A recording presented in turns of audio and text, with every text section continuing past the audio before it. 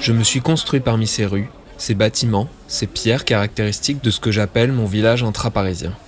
Ce sont une partie des atomes composant mon ADN. Cette bulle citadine que je connais depuis toujours est parfaite, et je ne peux rêver mieux, pour l'instant, comme scène pour ma vie. Tout ce qu'il me manque pour venir parfaire ce tableau idyllique n'est autre qu'une rencontre, quelqu'un à aimer. Mais est-ce vraiment cela qui me fait défaut? Tout comme ce trottoir dont on a dérobé le béton.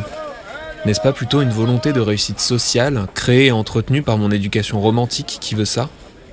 N'est-ce pas là un subterfuge afin de mieux se détourner de mots, nettement plus profonds et personnels?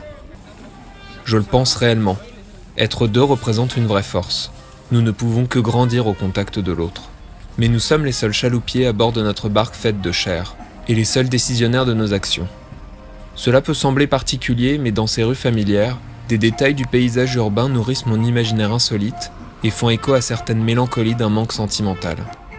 Comme par exemple ce lampadaire, sobre et droit. Me soutiendra-t-il à l'instar de la lanterne le surmontant, lors d'un premier baiser timide en public, appuyé sur son flanc, marquant le début d'une possible relation?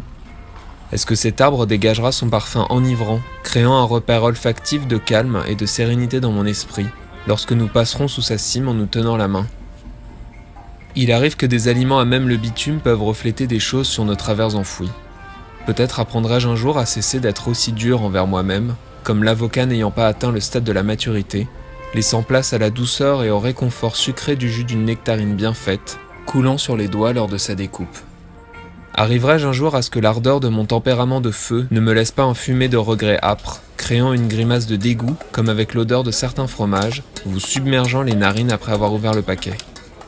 Accepterai-je enfin d'affronter mon reflet et tenter d'être en raccord avec mon apparence extérieure, sans pour autant vouloir toujours tout modifier? La liste pourrait être longue, mais tout cela me confirme une seule chose. Je pourrais encore plus jouir de mon habitat et d'une histoire avec autrui, seulement lorsque j'aurai apprivoisé les éléments me tourmentant, ou plus simplement comprendre que je suis le seul moteur de mes tourments. Que pour être bien avec quiconque dans n'importe quel environnement, j'ai d'abord besoin de cohabiter avec moi-même, l'esprit léger. Ma ville est comme une béquille me permettant d'entreprendre l'ascension de ma recherche personnelle, de rencontrer le soi intérieur à qui je veux réellement ressembler.